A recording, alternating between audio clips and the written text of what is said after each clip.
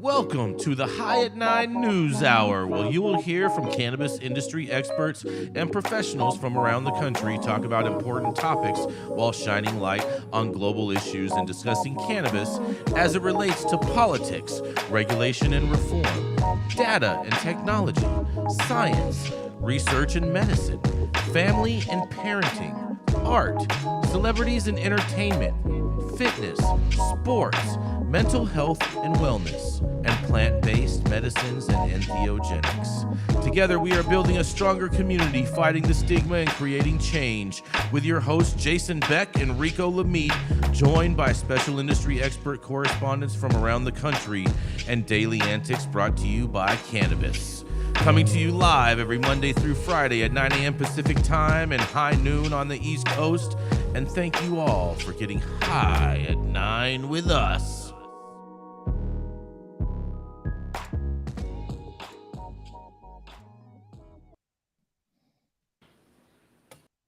Oh yeah, Jason, that shit going on. Yeah, lots of shit going on, bro. Yeah. What you think of that new little beat? About that new intro. Yeah, we're gonna have a new beat tomorrow, so we want to know what you guys think. Go We're gonna hard. play. Yeah, we're gonna switch it up each day.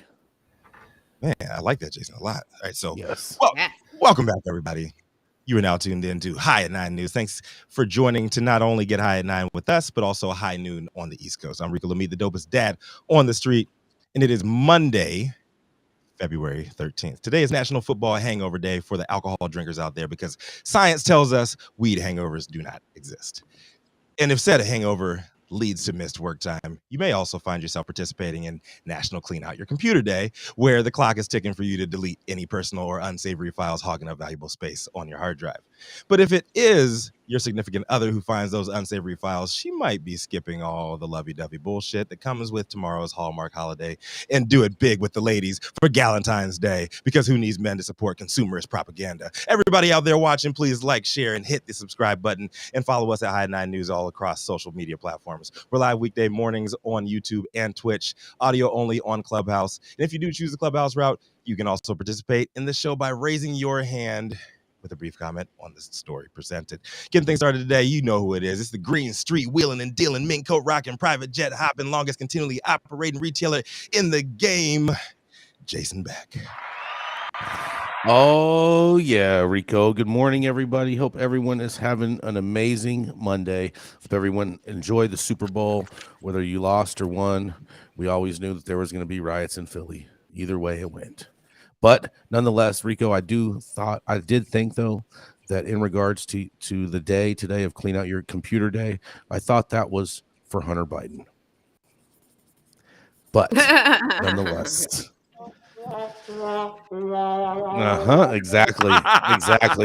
Exactly, you guys. Oh man, I'm glad you guys have jokes as well. That's right. But to tell you what, you know who ain't laughing is the people involved in my story, because I bet you they don't think any of this is pretty funny, even though a lot of us in the cannabis industry are, because the maker of raw rolling papers is ordered to cease marketing claims. That's right. Rolling paper company Republic Brands has won a permanent injunction in a federal lawsuit against HBI International, the maker of raw organic hemp rolling papers, which requires HBI to cease promoting and selling certain products and stop making certain promotional statements. The plaintiff, Republic Brands, is the rolling paper company behind OCB, Job, and other rolling papers as well. Following a jury verdict last month that HBI International engaged in unfair business practices and violated the Illinois Uniform Deceptive Trade Practices Act. The rolling paper company has been banned from suggesting that its products are made by artisanal craftsmen in Alcoy, Spain, the birthplace of the Raw Foundation, which the court did not actually found that it did not actually even exist in the first place. In total, the United States District Court of the Northern District of Illinois on January 31st, 2023, marketing material or statements by personnel any of the following. So basically, they're saying that they cannot do any of this anymore. What the court found, that HBI and or Raw contributes its funds or proceeds to a charitable entity foundation dubbed the Raw Foundation. That raw organic hemp rolling papers are unrefined, and that raw organic hemp rolling paper adhesives are made from natural hemp gum. That raw organic hemp rolling papers are the world's first and only organic hemp rolling papers, and that raw organic hemp rolling papers are made in Alcoy, Spain. That HBI International shall not include a packaging stamp using the word Alcoy or referring to Alcoy, and that raw organic hemp rolling papers utilize wind power. That raw organic hemp rolling papers are made from the center of hemp stalks, and that HBI or its founder, Joshua Kesselman, invented rolling paper pre-rolled cones. And that OCB organic hemp papers are knockoffs, raw nabbies, so-called in quotation marks, copies or fake versions of raw rolling papers. The court ordered HBI to stop promoting, selling, or distributing products in any way that would violate the enjoyment. Additionally, after May 31st, 2023, HBI is forbidden from promoting, selling, or otherwise distributing rolling paper products under any of its other brands, which include Elements, Juicy Boys, and others, in packaging that includes an Alcoy stamp. HBI International did not immediately respond to a request for comment, and I'm willing to guess that, man, this has to be a major, major blow to Raw, its whole thing, its whole marketing platform, and everything else. And they've just proven to be very deceitful to its consumer base. And will the consumer base continue to follow Raw? I'm not sure, but time will tell. And this is Jason Beck reporting for High at 9 News. What do you guys think about this? People are going to keep on buying them. You think so? My friend Kid Cones is a R&B artist and a rapper, and he was their main NorCal rep. That's why I smoke Raws. And I called him for a comment on this as soon as I saw it popping up on Instagram, and he said that he had left the company in January and couldn't say anything about anything. And for me, it's just really disappointing when anybody feels like they need to lie. Just say what your papers are and sell them. Yeah, Mandy. I mean, the whole charity thing, the foundation thing is more disappointing. Coming from our industry, coming from our industry, from people who have been around, and he's not like new to this shit. I think that's more disappointing than anything else.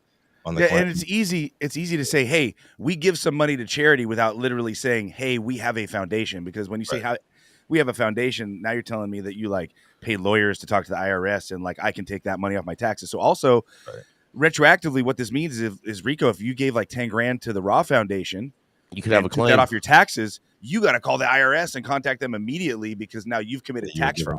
You've been given to this is just like layers of bullshit.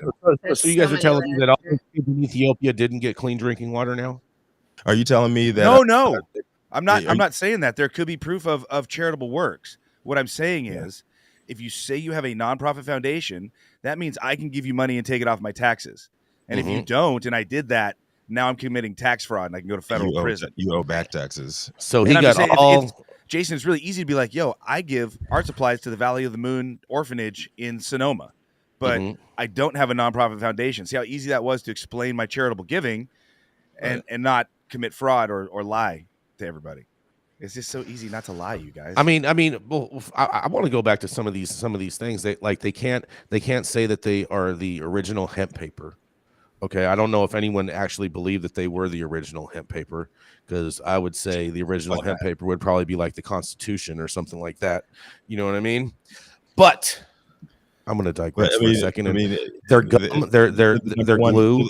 The first ever to say it though, so they're the first.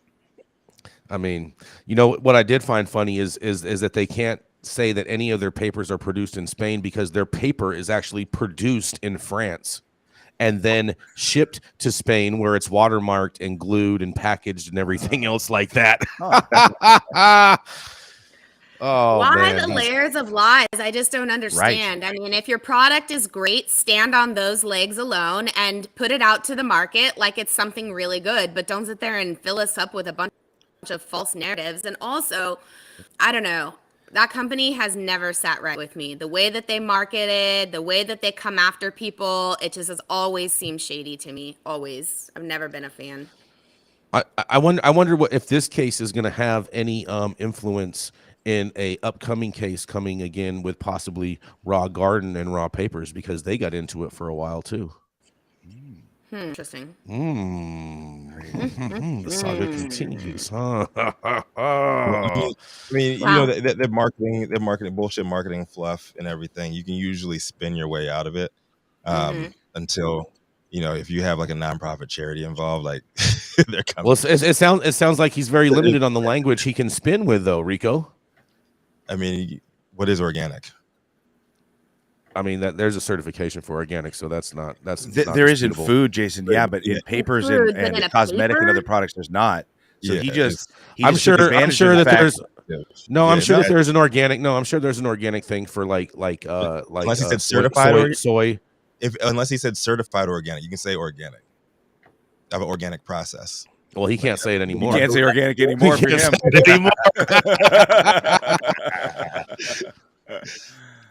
Disappointment. There's ways to spin your way. Use your rhetoric to spin out of shit like this. But when I don't know, have nonprofit and tax money involved, like, just don't do it.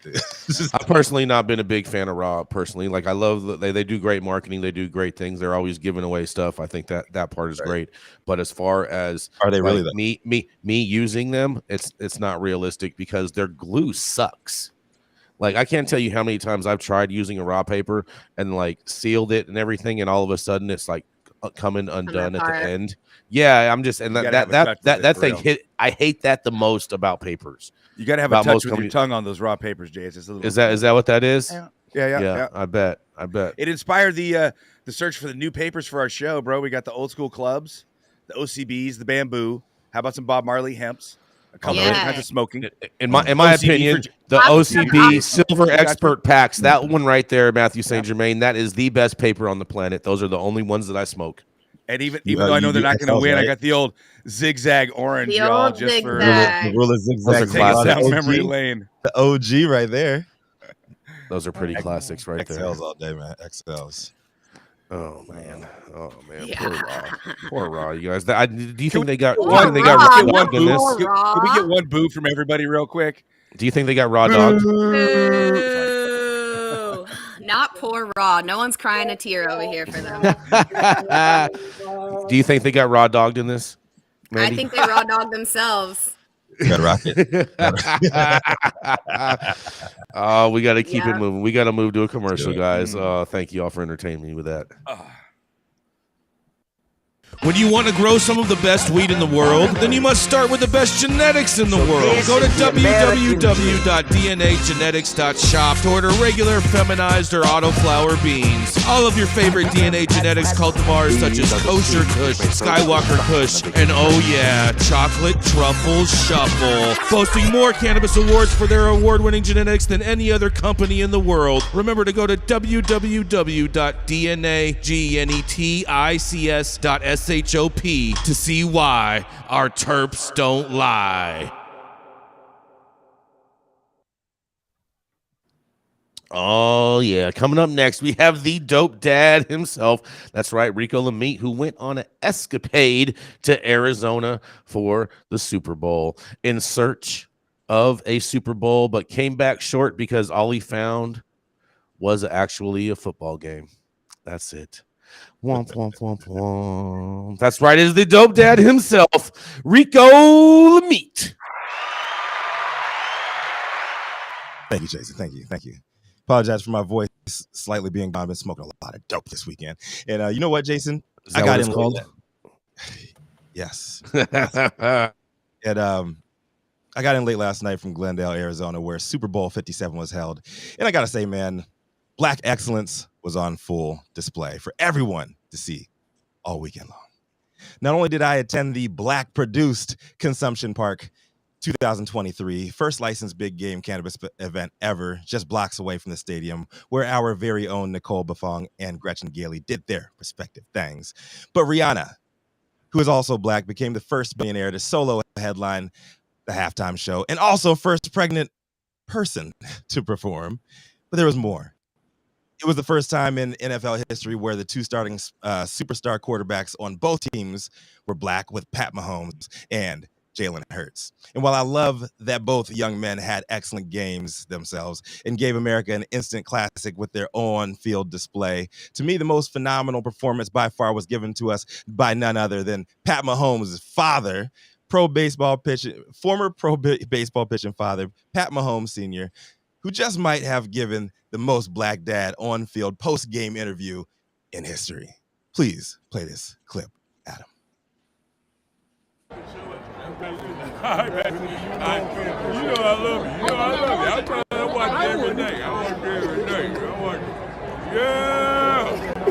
I ain't smoking on those Joe Barrels today. I'm smoking on these Philly blunts today. That's what I'm smoking. Hi, man. Yes.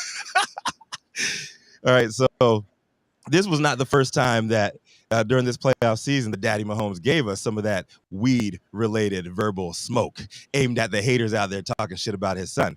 Just a couple weeks back, this is what he said about opposing quarterback Joe Burrow following the AFC Championship game where the Chiefs knocked off the Cincinnati Bengals. Adam, can you please play clip number 2? You got a cigar on your own, I see.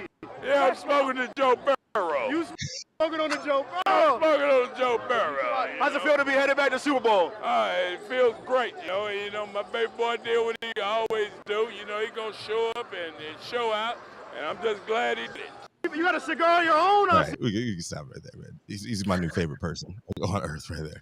So, well, folks, there you have it.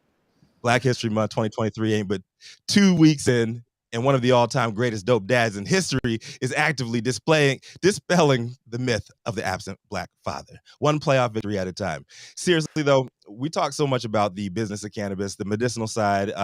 We debate the politics on both sides as we lead into whatever's next when it comes to legalization on the federal level. But the biggest impact in cannabis to me is the significantly reduced stigma tied to the plant. Here we have the black father who just watched his black NFL superstar quarterback with son win his second ring and second Super Bowl MVP trophy, and he's on the field making weed jokes to silence the haters. Had this have happened just 5 years ago, the apologies and spin doctors would have been up all night trying to bury the story, and all kinds of folks would have been shaming this man for messing up his son's opportunity to play a white man's game. While the younger Mahomes may have won the award for the big game and the league this year, in my eyes, the eyes of this dope dad, Pat Mahomes Sr. is the real MVP. I see you, Pops. Congratulations to the Chiefs, all the Kansas City fans. Big shout out to everybody out there involved with Consumption Park event this weekend. I'm sure we'll be hearing more about it about this week, if not today. And thank you to everyone out in Arizona who was hospitable as fuck and took care of me and my drunk ass this weekend, especially the Web Joint team with Chris Delolio allowing me to crash at his crib the first night after I came in hot. This is Rico Lamitte, the dopest dad on the street. I'd like to hear what everybody else has to say about this one. I think that's Pat Mahomes. I mean, how long is it until Cookies does a licensing deal with Pat Holmes now? He's already signed. Please don't do it. Don't do it. Don't. I'm telling you, I see it coming very fast. Oh, God. There's an opportunity for Burner too with Raw taking the fucking hit. But is it? This is a big, there's a big opening. Burner's vibes. Well, hold on a second. There's only Black are two. decent. There's only two joint paper factories in the world, and one's in France and one's in Spain. Yep. So I wonder which one does Vibes come out of? It's probably Bro, organic. it's like hydro nudes, dude. They all just cut the same sheets of paper and put them in a different box. Or Exactly. It's like the original Mylar game over there. So if you're using like soy rice or soy rice paper or whatever, isn't soy like cancer causing too? Yeah. No. Isn't soy cancer causing? I know rice papers are good. I mean, really, you're not supposed to smoke any paper. That's why I'm smoking. I mean, tobacco leaves. you're not supposed to smoke those either, bro. Shit. Those are nasty. Yeah. I don't know. What can you use, Jay? Thank you, Joao. He says that Vibes are made in France. Oh. Yep. Well. That's where OCBs come from. I guess we can't even. Are they not even going to be available anywhere anymore? What's that? Well, hold on a No, second. they're just gonna You know sell what? them. They just you have- they if have you to have any- rebrand them. If you have any of this packaging, you should probably save it because it may be worth some money. one day. Collector's items. Yeah, it's collector's Probably items now at not. this point. It's Yeah. Probably not. I don't think I there's going to burned be a my fucking museum pile of of raw bad stuff. joint rolling paper somewhere. I don't think so. Yeah. No. Absolutely not. Yo, you know what's Come crazy on. is Josh hasn't said Y'all- anything, and You're their gonna comment website's on completely Pat Mahomes offline. Senior? Come on, man. You comment on the story too. Oh yeah.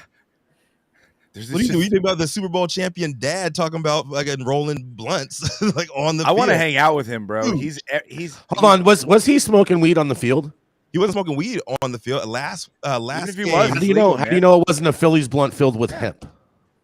I mean, it could have been, but he might have just came from Consumption Park, just 3 blocks away, and Yeah, got word. plenty of fucking weed. Nice. Just a couple. But Nicole Buffon might have like loaded him up like it was some shit to put on the field, and he had his Philly blunts. So you don't think he was smoking on the field? Do you think he would have got tackled by security if he would have been smoking No on the field? way. Nah, man, this is super. They just won the Super Bowl. Your son is, they were gonna tackle him. Everybody was on the field doing the fuck they wanted to do. Exactly. It's a joyous fucking occasion. It was like no Like negativity Michael Strahan hitting on Rihanna after the halftime performance. rubbing her belly. Great halftime performance. Yeah. Awesome halftime. Everybody out there, if you do not have a kid, if you weren't involved with that, do not rub pregnant women's bellies. Do not do that shit. It's not like a Buddha. No, it is not. I mean, make sure you have permission. Just don't go Yes. randomly touching people. Just Very because you're consensual. pregnant Yeah, doesn't mean you get hands all over. yeah. Thank you, man. Don't go touching pregnant ladies, you guys. We're gonna have to cancel that trip. Yeah, leave that. Yeah, but either way, man, Philly's blunts, man. That brought back memories from me. Going back to my East Coast roots. That's all we smoke. Phillies and White Owls. I know it's tobacco and all that shit, but it's what we did, man. All right. Oh man. You know what? We're gonna. Yeah, I think we're having. I think let's go to Matthew Rico. Okay. Let's go. Yes. When in doubt, go to Matthew. Yeah, we're Sweet. gonna go to Guys, I Matthew. smoked Yeah, half you're- his blunt. But, hey, You're up. Definitely. Yeah. When in doubt, When in call the doubt. count. That's right. All right.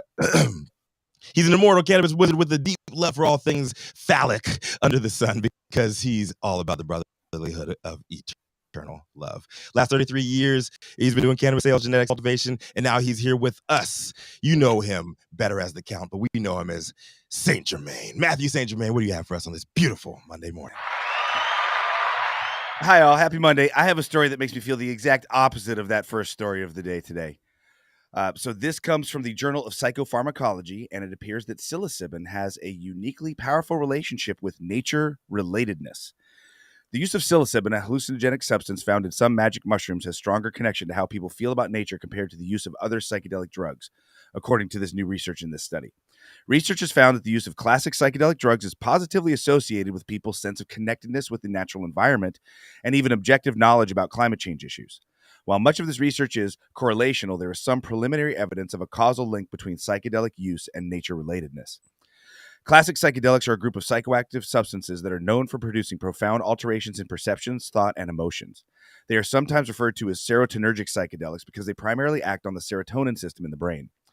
Examples of classic psychedelics are everybody's favorites: LSD, lysergic acid diethylamide, psilocybin, found in magic mushrooms, and DMT, dimethyltryptamine. But different types of classic psychedelics appear to have different subjective effects, and previous studies did not typically take this into account. For their new study, the researchers reanalyzed data from 5 previous studies that had assessed the link between experience with various psychoactive substances and nature relatedness. They found that among people who had experience with a variety of psychedelic substances, only previous use of psilocybin reliably predicted nature relatedness. When assessing past use of various classical psychedelics, only use of psilocybin mushrooms emerged as the reliable predictor, according to Gandhi, who was the chief psychologist that ran this study. The 3 subdimensions that comprise nature relatedness are the individual sense of self-identity and identity in relation to nature. Ergo, my relationship to nature is an important part of who I am. The individual personal experience with nature. My ideal vacation spot would be a remote natural wilderness area, for example, and the individual's attitudes and values towards the natural environment. When examining those who had experience with psilocybin but none of the other psychedelic drugs, the researchers found that more frequent psilocybin use predicted higher levels of nature relatedness. But this was not the case for those who had only had experience with LSD. These findings suggest that psilocybin may hold particular promise among psychedelics as an agent that can facilitate shifts in people's relationships with nature, and this in turn could have important implications for mental health and well-being and really the life support system of our whole planet, you guys. These studies findings will contribute to the development of clinical interventions, hint at the intricate effect of different psychedelics, and highlight the need to further investigate how contextual and interpersonal factors may interact with a psychedelic to potentially yield sustained shifts in cognition and behavior. The study among psychedelic experienced users only past use of psilocybin reliably predicts nature relatedness, so you can Google it, was authored by Matthias Forsman, Hans Kettner, Christina Sagioglu, Alexander Irvine, Sam Gandy, Robin Carhart Harris, and David Luke. I mirror this. I think that mushrooms have a unique message to our interconnectedness and not even our relatedness to nature, but the fact that we actually are nature, immersed in nature. LSD, and I was listening to Tim Scully, who made over 5 million hits of Orange Sunshine in Windsor, California, about 10 miles that way for the Brotherhood of Eternal Love in the late 60s. And he was saying the same thing I found, which is when I took LSD, I got the message of relatedness and how we're all a human family. We need to respect and protect our life support system so we can continue to fly this spaceship through the universe in peace together. And I thought that was the message for everybody. And I like Tim, at a much more humble level, began to try to get LSD into everybody's hands, thinking that it would do that. And what I saw and he was commenting on is a lot of people would take the acid and remain assholes. And it appears that LSD is more of an amplifier, and really one needs to do a lot more personal work in order to really get a sustaining long-term message from LSD. Whereas psilocybin mushrooms are a being with a consciousness that wants to immediately focus us on the need to support our life support systems and how we are actually a steward of this planet and a beneficiary of its gifts, as long as we don't poison it and cause a mass extinction. That's St. Germain's Monday rant. What do you guys think? I mean, oh man, if you're an asshole once, you're an asshole twice, bro. Just saying. Listen, I'm a big believer that if we all required as a society that around 25 to 28 years old, every single person took some kind of guided psychedelic experience, like as a cultural standard. Yes. We all did this. I truly believe that we would have so much healing from childhood emotional issues. We would rediscover how our purpose is supposed to be connected to the way the world works, to the way that we interact with other people. And we would just have a much more high functioning adult society in general. They definitely would be higher, Mandy. That's for sure. Utopia, whether right? they're functioning or not, whether they're functioning or not, it's a whole nother game. But they definitely would be higher. The problem there is consent. This is a very powerful. I encourage every single person, if you haven't had a guided psychedelic experience, specifically psilocybin, I think there and do it. There's so many wonderful people that can help guide you through this. You do not need a physician to do it. It's very personal. It's very spiritual. I think everybody agrees with you, Mandy, but the problem is consent here, and the majority of folks with the fucked up, sticks up their ass, the people in charge and shit, that they won't consent to taking that shit. So who is going to pull the trigger? Who is going to be lacing these motherfuckers' food and their drinks up with some you just have to create FOMO, Rico. You just have to create FOMO. We should have. So I think much more importantly, we should have group community psychedelic rituals where everyone's invited and not everyone is required to take psychedelics. If you don't want to take psychedelics, you could serve as a functionary, similar to ayahuasca circles, where you could help the other people who are high. And if we look at a book, I'll put it in the chat, called The Immortality Key by Brian Murarescu. Yeah. He shows about the religion with no name, which at one point manifested in Eleusis in Greece as the rituals of Eleusis. And anyone who wanted to be a landowning Greek citizen with an ability to vote in the government had to do the ritual. You did not have to do the ritual to be a part of Greek society. If you wanted to have steerage in Greek society, you had to perform the ritual at least once. You were open to do it every year if you wanted to. And it came with fasting and austerities, and it was community-based. And then if we look at what was going on in ancient Greece, while the majority of their knowledge was inherited from Egypt, and we haven't looked at that because of institutionalized white supremacy in our sciences, at the same time, when we see the megaliths that they built and the philosophical treatises that they put together on logic, etc., you can clearly see a connection between psychedelic usage and a higher functioning level of society. And they weren't perfect, man. They had pederasty and slavery and like they were still screwed up. So they were not a perfection. Hold on. So they were still screwed up even after getting fucked up, basically, is what you're telling me, Matthew. So a comet hit the Earth about 12,000 years ago, and we've been in the middle of an ecological PTSD trauma moment since then. And again, this is mostly St. Germain's bro science, but basically, the Younger Dryas comet impact theory has been shown to be real. There's a multi-inch layer of black soot around the entire Earth anywhere you dig, approximately 12,000 years ago. Basically, you had all these megalith building cultures, you had transoceanic sea trade, you had psychedelic science. And you had these people that were still screwed up, but moving towards higher levels of relating to each other and more peace. And then you have this comet impact. All of a sudden, the planet goes from all the megafauna in North America die. The planet goes from hundreds of thousands to millions of humans to a couple thousand. Everybody loses their contact with psychedelics. People are just trying to stay alive. And then all of a sudden, we get awash in PTSD and psychopathy and ego-based decision making. And you have these narcissist psychopaths that get in control of everybody's tribe.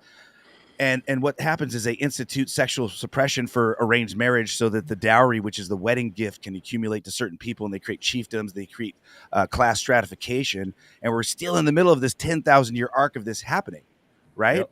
I forgot what the point was. Sorry. Oh man, you know what? Hold on. Hold on. Everybody should get psychedelically high, but to all the folks that are in charge, they don't want to get high on psychedelics. So how are we ever going to achieve world peace unless they take a trip first? Hallelujah, Rico. Oh man, you know what? You guys are all just out of your minds. First of all, in so many different ways on this. But we have Steven up from the Clubhouse audience. What do you have to say about this, Steven? Man, I've heard a lot of good things. One of the best things I heard was the quote unquote, well, what would be known as a rite of passage. And, you know, that's something that's been utterly lost in our society, is a rite of passage. And what makes a man into a man and what makes a woman into a woman. And it's dumping all those childhood traumas and stuff like that. Personally, I don't get off on mushrooms. I've eaten an excessive ounce of mushrooms and haven't hallucinated or had that journey, but I have eaten massive amounts of LSD. And as hard as a journey as that can be, you're talking about an ego drop and understanding that we are all just stewards of this planet. And in turn, you know, being at the High at 9 News is what's given me the reason and why to grow organic cannabis under the sun, because, well, it's honestly what God told me to do. So, you know, here we are. Let's all get high and freaking realize that we're not the center of the universe, and we'll be a lot better as a species. Thank you. Yes, Steven. We get those elevated thoughts. Gotta give that a little heart. Oh boy. You got anything on this, Chris? I mean, you've been in law enforcement. I'm sure you've picked up a lot of people high on acid or mushrooms, and maybe did they give you an interesting experience from their experience while they're sitting in the back of your cop car? Not as many as you'd think, man. In the areas that I worked, not something that was called to a lot. But every time I say this every week, Mathieu St, Germain, when you go on your rants, man, I learned so much. I'm just soaking it up. I love hearing you talk. Keep going, man. I swear, it's like I learn a lot every time I come here. Is that because you guys have the same barber? Drop that podcast link on the YouTube chat so we can. Oh yeah, I should do that, right? Because right. You guys have the same barber, bro. We kind of do. Yeah, the barber is not always by choice, Jay, but you know, I do. You know, I didn't want to do the comb over, and it was time to go. I feel you, bro. I mean, what is the thought process that goes into the comb over, man? Like, I don't know. You know, there isn't one. There isn't one. I mean, or if it is, it's very flawed.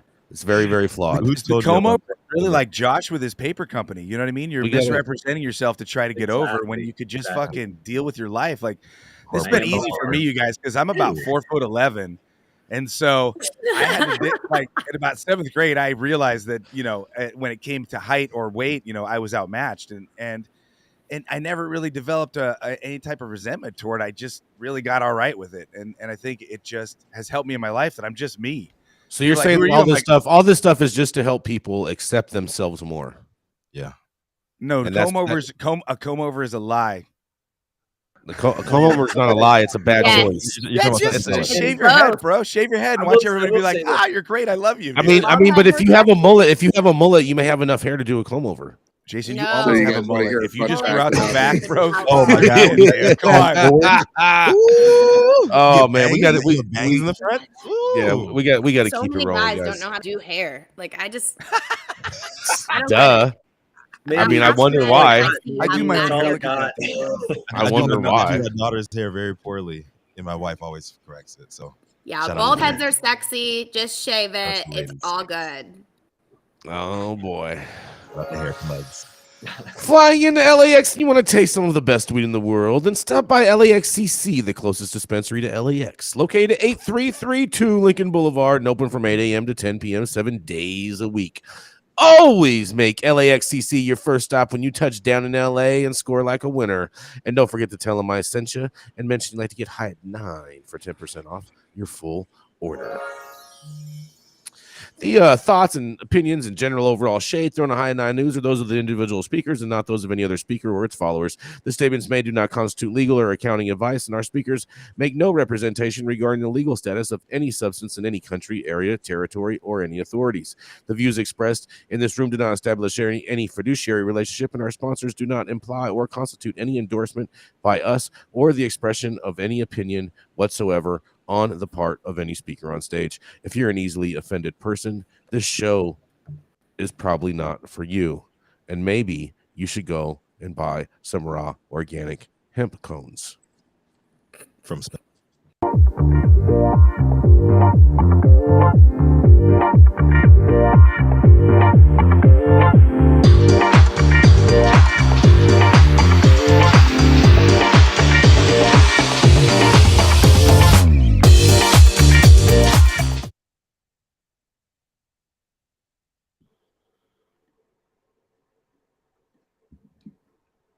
You with us, Rico? It was like a big screen and shit. You know what I'm talking about? All right, Holy so- shit, Gretchen is back. She's my back like she goodness. left something. Like she Back never like she left. something. Ooh. Mhm, Right, mhm. congrats. Sticking with it, Gretchen. Up next, she's a Sacktown-based Emerald Cup edibles judge and crusader for female entrepreneurship, known for blazing trails and doobies alike at Camilla, Canagram, Canamami.org, and the Women's Canna Award competition. Y'all know who it is. Up next, Manndie Tingler.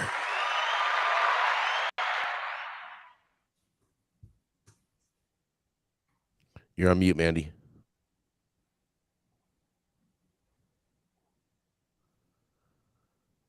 Trying to silence the ladies. Yeah, what is going on?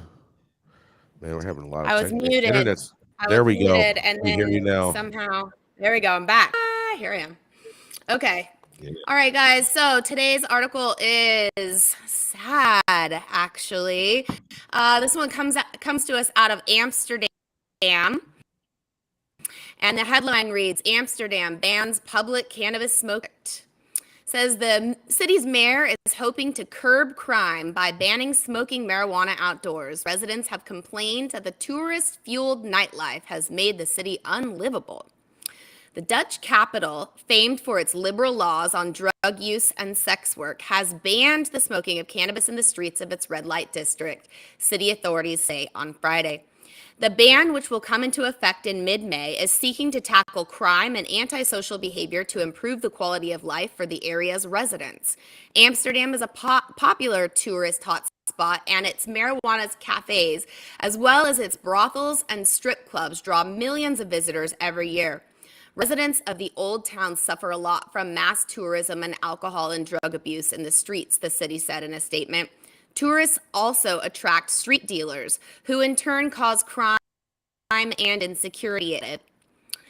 The move hailed as a, quote, historic intervention by Dutch newspaper Het Parool is a part of a larger campaign to crack down on the city's huge antisocial behavior issues. The initiative comes from Amsterdam's first female mayor, Femke Halsema, who has set out to make the city more livable for its residents. Other measures have also been introduced, such as restricting drinking hours and enforcing earlier closing times for cafes, bars, restaurants, and brothels. The ban on the public smoking of cannabis will be limited to the canal-lined streets that host the city's sex shops and strip clubs. But if the intended effects are not achieved, the city has said it may extend the rule to terraces of marijuana cafes too. According to Dutch law, consuming cannabis is technically illegal. Possession of anything under 5 grams was decriminalized in 1975. Principle, only Dutch residents are allowed to purchase cannabis in so-called coffee shops, but there is an exception for shops in Amsterdam. There are 570 shops across the country, of which 166 are in Amsterdam, according to Health Ministry in city data. Halsema has previously said that she wants to encourage tourism to Amsterdam for other reasons than sex and drugs, but studies have shown that banning tourists from marijuana cafes would lead to a sharp decline in visitors. You guys, this is a really, really interesting turn of events when it comes to regulation, especially in a city that has been traditionally known for cannabis. I think this is definitely worthy of some exploring. What do you think? I mean, you can't smoke weed in the red light district now, they're saying. You can smoke it, but not in the streets, right? I mean, not in the streets, but so that really just means you can't get caught smoking weed in the streets. There it is. Basically. That's it. I mean, we knew. I mean, they've been saying that they're going to start doing this shit since Europe started talking about legalizing in different countries. It's just sad to see it actually happening. And I mean, the brothels are getting it too. Their hours are being cut. Yeah. Right. What other tourism is there in Amsterdam? That's what I was going to ask. Who do you think is going to pick up the torch? Who do you think is going to pick up the torch? What else is going on there? It sounds like they're putting out the torch because they're putting out the lights in the red light district. Right? Is Germany going to be the new cannabis cafe hotspot? No. That's a Germany. I mean, Barcelona is where it's at, really, when it comes to Barcelona. Barcelona. I'm going there in 3 weeks, and I can't wait. Even over Amsterdam. And if you go out to Barcelona, you can actually do a tour of the raw factory that they have out there. The organic raw factory. Yeah. Oh man, yeah. Maybe you'll see the papers that delivered from France arrive when you're on your tour. Lord. Oh man.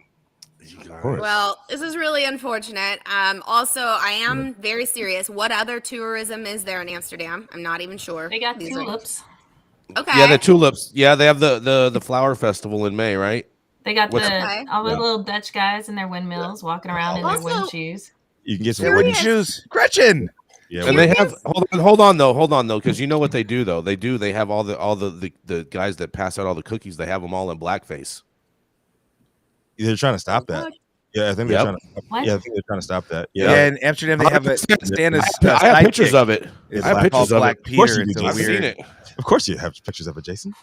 I'm just saying. I got pictures of it, bro. I seen it. I witnessed it with my own eyes. Just saying, if you're renting a place in the red light district, isn't there kind of some like standard of expectation of what you're stepping into? I mean, I would think if I rented an apartment in the red light district, I expected to come with, some in-house. You expected to come, huh? Oh dear God! Next, move along. An adult is in the room again. A big part of the Amsterdam flashback is that drugs and prostitution are illegal almost everywhere. The age there is 18, not 21, and it's been just a tsunami of primarily American tourists coming and misbehaving, both in the red light district and with substances. That's caused the slow retrenching in all the soft drug, what they call the soft drug laws there. It's basically just American. But hold on a second.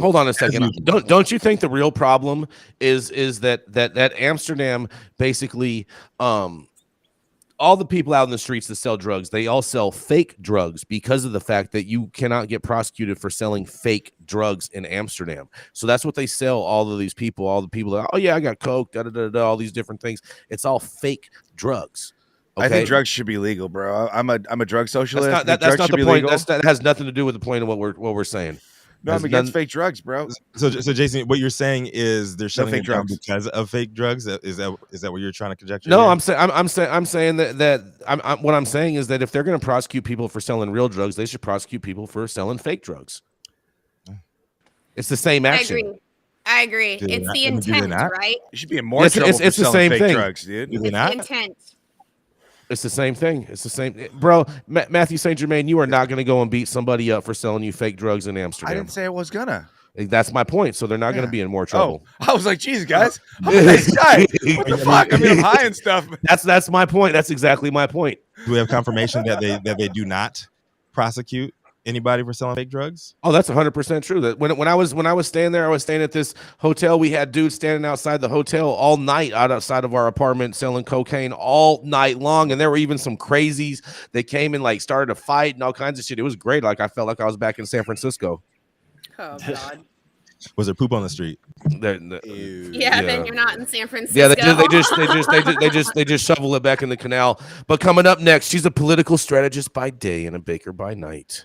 That's right. She made it back from Arizona, and she's the founder of Panoptic Strategies and our very own Washington insider back on Capitol Hill.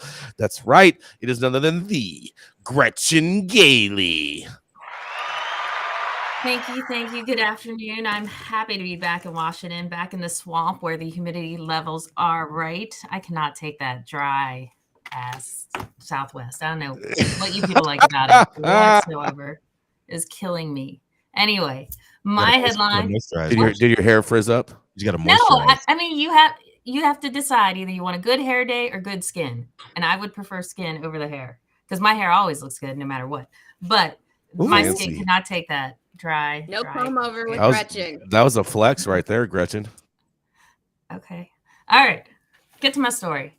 From Marijuana Moment, California awards $15 million in grants to support local marijuana equity programs. California officials on Friday announced that they've awarded $15 million in grants to support local efforts to promote equity in the marijuana industry. The Governor's Office of Business and Economic Development distributed the funds to 16 cities and counties across the state through the Cannabis Equity Grants Program for local jurisdictions. Applications opened for the program late last year. This is part of California's efforts to use cannabis tax revenue to fund new and existing equity programs for those who have been disproportionately impacted by the drug war. Governor Gavin Newsom's budget proposal for next fiscal year includes $15 million in funding for this program, and we intend to issue our next grant solicitation in October 2023. The grants for this fiscal year's awardees range from $350,000 for the San Diego County to $1,996,487 for Oakland. GoBiz started accepting applications for an earlier round of grants under the program in 2021, with a total of $35 million made available for localities across the state. This and the next year's funding cap is set at $15 million.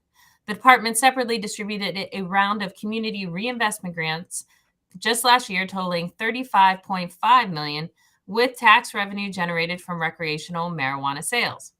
GoBiz announced last year that they've awarded 78 grants to organizations throughout the state that will support economic and social development in communities disproportionately impacted by the war on drugs.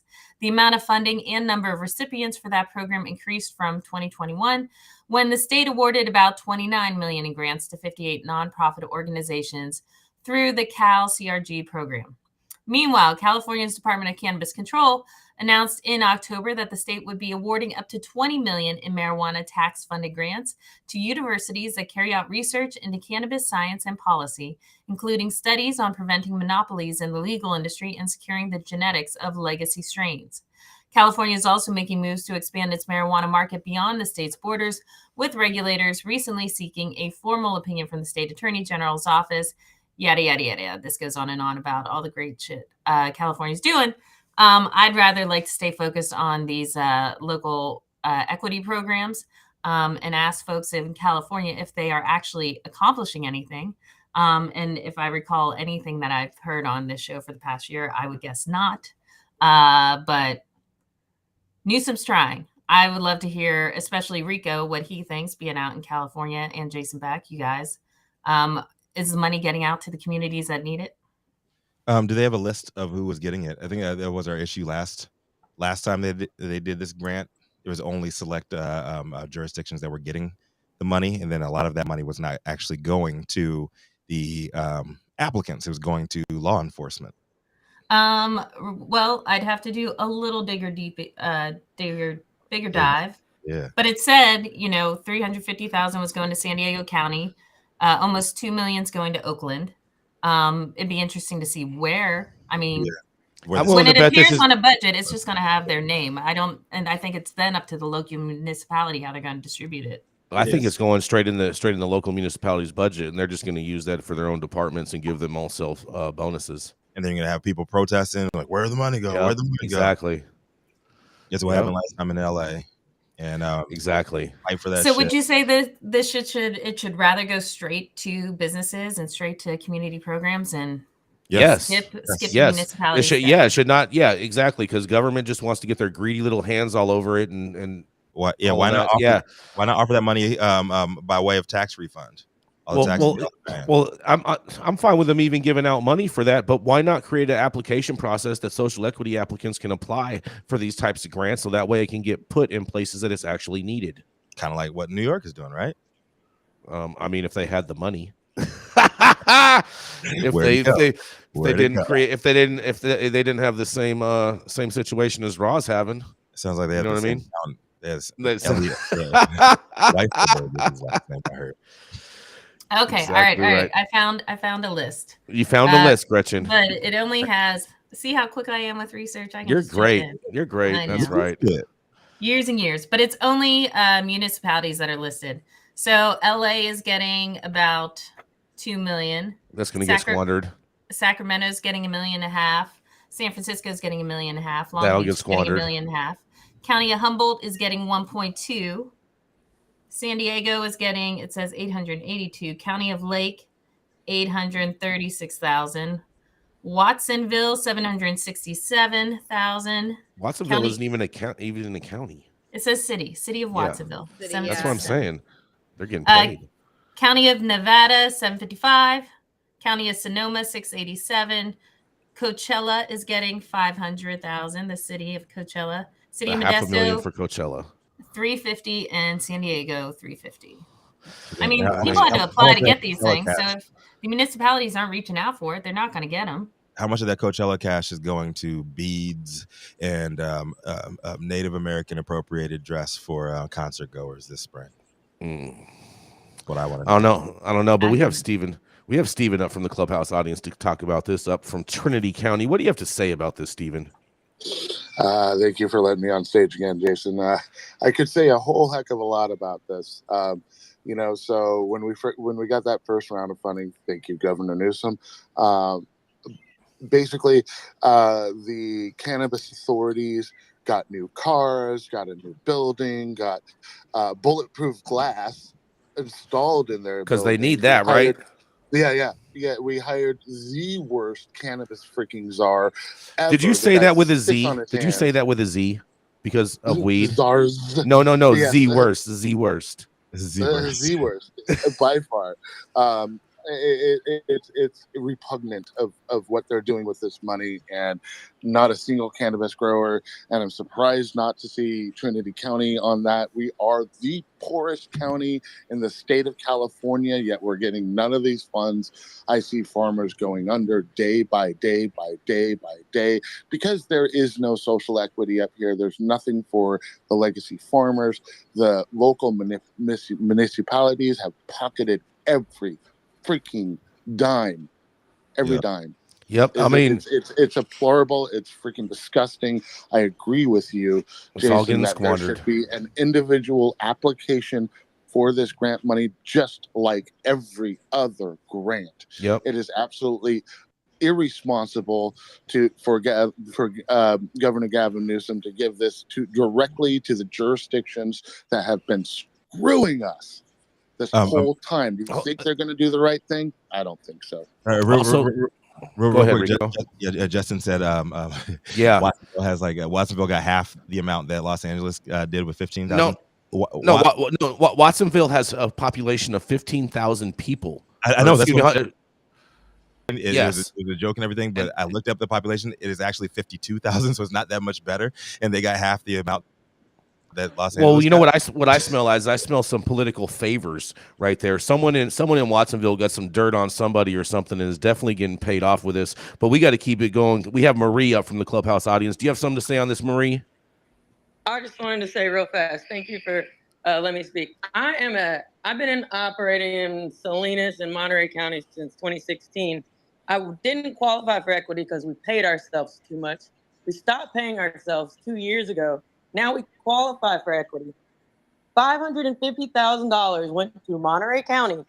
$0.00 will come to my pocket, my business's pocket, any person in Monterey County in the equity program. Like I said, I've been there since 2016. So I've paid millions of dollars to the county. I've built those brand new city halls that he was just talking about. It should be illegal for GoBiz, for any of these grants to come from the municipality to the city and the city not give $1 to equity operators. I don't need technical assistance. I help facilitate technical assistance. I don't need to learn the lay of the licenses. I don't need help with real estate. If I have to be poor to qualify, how the fuck am I gonna get anything out of this program when I've been existing there since 2016? Keep on going, Marie. They was cheering you on, Marie. I'm done. That's really all. Yeah. I wanted to just give my Talk your personal example. Like, Oh, yeah, keep going. it's all Appreciate bullshit. that, Marie. Appreciate you coming up, Marie. Absolutely. Absolutely. It's so interesting to me, the disparities that happen between the different municipalities throughout the state. You know, the city of Sacramento does a really good job dispersing this sort of funding. And one of the things that they have really leaned into was an initial very heavy duty application process for those who are applying for the social equity store licenses. And then what they've done is every single time the state has dispersed funds to the city, and the city is actively going after this money, right? The city tells the state, hey, please, like, we think we are worthy of this much money. And then the state decides whether or not they're going to grant that certain dollar amount. But anyway, long story short, there was a very in-depth process. And so now every single time more funding is dispersed to the state has like an additional supplemental application process that any social equity applicant can apply for. However, those that got the initial 10 retail storefront licenses seem to be getting the additional funding because they realize. Hey, Manndie, you're glitching up right now. Manndie, you're glitching up right now. We do need to hop to Chris. Can I say one last thing for somebody in California who is interested? I think y'all should be doing a FOIA request for the applications for this grant program, because I'm reading through the application and the municipality is supposed to tell them all this shit of where the money's going, who's it going to, and yada, yada. So someone should see what these folks are saying, where the money's headed. Good idea, So Gretchen. ask for the applications to the program. Let's hit that ad, Adam. That's Freedom of Information Act, by the way.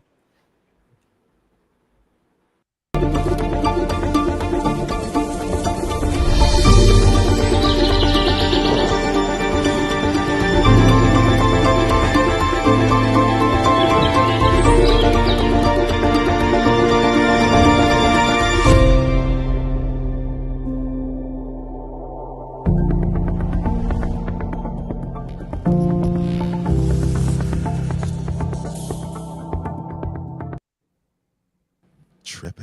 All right, coming out and closing this out for the day. He is a former Northern California cop, and now, you know what? He's just a fellow dope dad doing his damn thing over at CC Security Solutions, keeping us all safe. What you got for us today, Chris Eggers?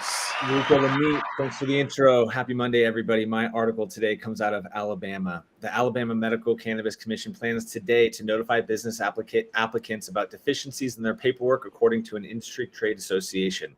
So Patrick Lindsay, the executive director of the Alabama Medical Cannabis Association, said that if your application needs additional information, you will receive an email notice at the email address you provided in your application. If your application needs additional information, they will notify you so that you can get back to them by the deadline, which is, I believe, March 3rd. The commission received 12 applications for cultivation licenses, 12 for processing, 18 for dispensary, 11 for secure transport, and 3 for state testing, and then 38 for integrated facility licenses. The commission is scheduled to award the licenses in each license category at its June meeting. Once the business licenses have been issued, physicians may begin the certification process to recommend medical cannabis to qualified patients. Medical products are expected to be available to those with select medical conditions late in the year in 2024. And before, I think I may have misspoke. I'm not sure if it's the March third deadline. That might have been from a different article I read, but they will notify these applicants by email. Hopefully the instructions are clear. I know dealing with local municipalities, especially even state municipalities, can be difficult. So hopefully this doesn't muddy waters. That's my article today, this Monday morning. Quick. I mean, so they're going through the applications. I mean, doesn't this sound like they've already decided who's already won? If they're saying, "Hey, we want to tell you basically how to fix your application so you could win." Yeah, that's what that's telling me. 12 apps for cultivator license, 12 apps for processors, 18 for dispensary, and 11 for transporter. That's not that many. I don't know. Jason Beck, it tells me that these people don't know how to fill out applications. Yeah, that's what I'm saying. Because if they then why should they get it? They should just say, you know what? All these people failed. You all have to go back to the drawing board. Jason Beck. Well, and I think that's what they're telling them to do. They're saying, all right, y'all all made mistakes on your applications. We don't have a program here because none of you can fill out the paperwork right. So let's try again. That's what they should allow other people to apply. Okay. You should be like, they should reopen. They should be open the thing, saying, you know what, we're throwing everyone's paperwork away. Everyone has to resubmit. We're starting all over again. I see the judge is saying, like, were y'all high when y'all were filling out this paperwork?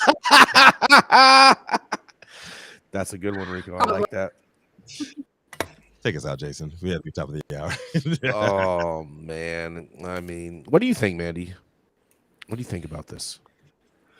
I think we're at the end of this show, Jay. You think we're at the end of this show?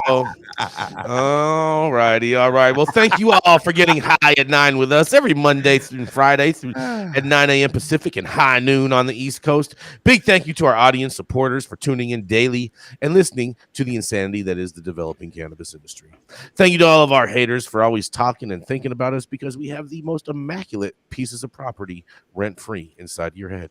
Huge thank you to our sponsors, iSpire, Wizard Trees, DNA Genetics, LAXCC, True Classic, for keeping everything rolling. Thank you for our correspondents for being absolutely amazing and making it here today. Thank you, Gretchen, for all of the travel that you've done to be here today. Thank you for Cannabis for giving us a reason to do this. And thank you to Cloud Media Partners, House of Fuego, Green Street, and Zaza Simone Brown holding it down in Clubhouse for us to create this space in the cannabis universe. And thank you all for getting high at 9 with us. It's America's #1 daily cannabis news show. Run it at 'em.